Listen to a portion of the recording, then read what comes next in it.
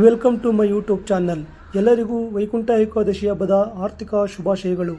ಇಂದು ನಮ್ಮೂರಿನ ಗ್ರಾಮದಲ್ಲಿ ಶ್ರೀ ಲಕ್ಷ್ಮೀನಾರಾಯಣ ಸ್ವಾಮಿಗೆ ವೈಕುಂಠ ಏಕಾದಶಿಯ ಪ್ರಯುಕ್ತ ವಿಶೇಷ ಪೂಜೆಯನ್ನು ಮಾಡಲಾಗಿತ್ತು.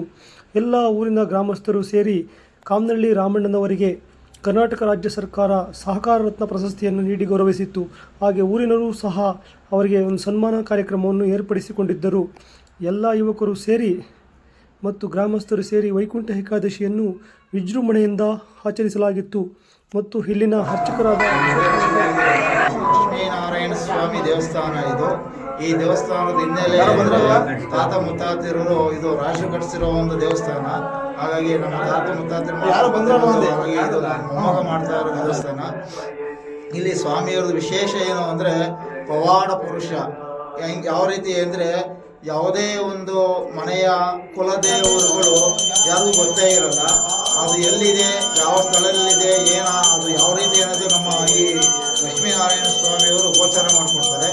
ಆಮೇಲೆ ಯಾವುದನ್ನ ಒಂದು ಮೋಕ್ಷ ಅಂದರೆ ಪಿತೃಗಳದ್ದು ದೋಷಗಳಿದ್ದಂಥ ಕಾಲಕ್ಕೆ ಅದನ್ನು ನಿರ್ವಹಣೆ ಮಾಡ್ತಾರೆ. ಆಮೇಲೆ ಯಾವುದೇ ದೇವಸ್ಥಾನದಲ್ಲಿ ಯಾವುದೇ ಗಾಳಿಗಳನ್ನ ಹಿಡಿದಿರೋದು ನಮ್ಮ ಸ್ವಾಮಿ ಹಿಡಿದು ನಿರ್ವಹಣೆ ಮಾಡಿಕೊಡ್ತಾರೆ. ಆಮೇಲೆ ಆರೋಗ್ಯ ಸಮಸ್ಯೆ ಡಾಕ್ಟರ್ಗೆಲ್ಲ ಆಗಲ್ಲ ಇದು ಅನ್ನೋದನ್ನು ನಮ್ಮ ಸ್ವಾಮಿ ಪವಾಡ ರೂಪದಲ್ಲಿ ಅದನ್ನು ನಿರ್ವಹಣೆ ಮಾಡಿಕೊಡ್ತಾರೆ. ಅವನ ಸಂತಾನ ಫಲ ಹಾಗೇ ಇರಲ್ಲ. ಇದು 15 ವರ್ಷ 12 ವರ್ಷ ಸಂತಾನ ಫಲ ಆಗದಿರೋರಿಗೆ ಸಂತಾನ ಫಲ ಕೊಡ್ತಾರೆ. ಆಮೇಲೆ ಯಾವುದೇ ಒಂದು ತಂತ್ರಗಾರಿಕೆ ಮಾಟ ಚೋಡಿ ಪ್ರಯೋಗ ಆಗಿದ್ರು ಅದನ್ನೆಲ್ಲವನ್ನು ಕ್ಷಣಮಾದಲ್ಲಿ ನಿರ್ವಹಣೆ ಮಾಡಿಕೊಡ್ತಾರೆ. ಯಾವುದೇ ಒಂದು ಕೈಕಾಲವು ಸುಸ್ತು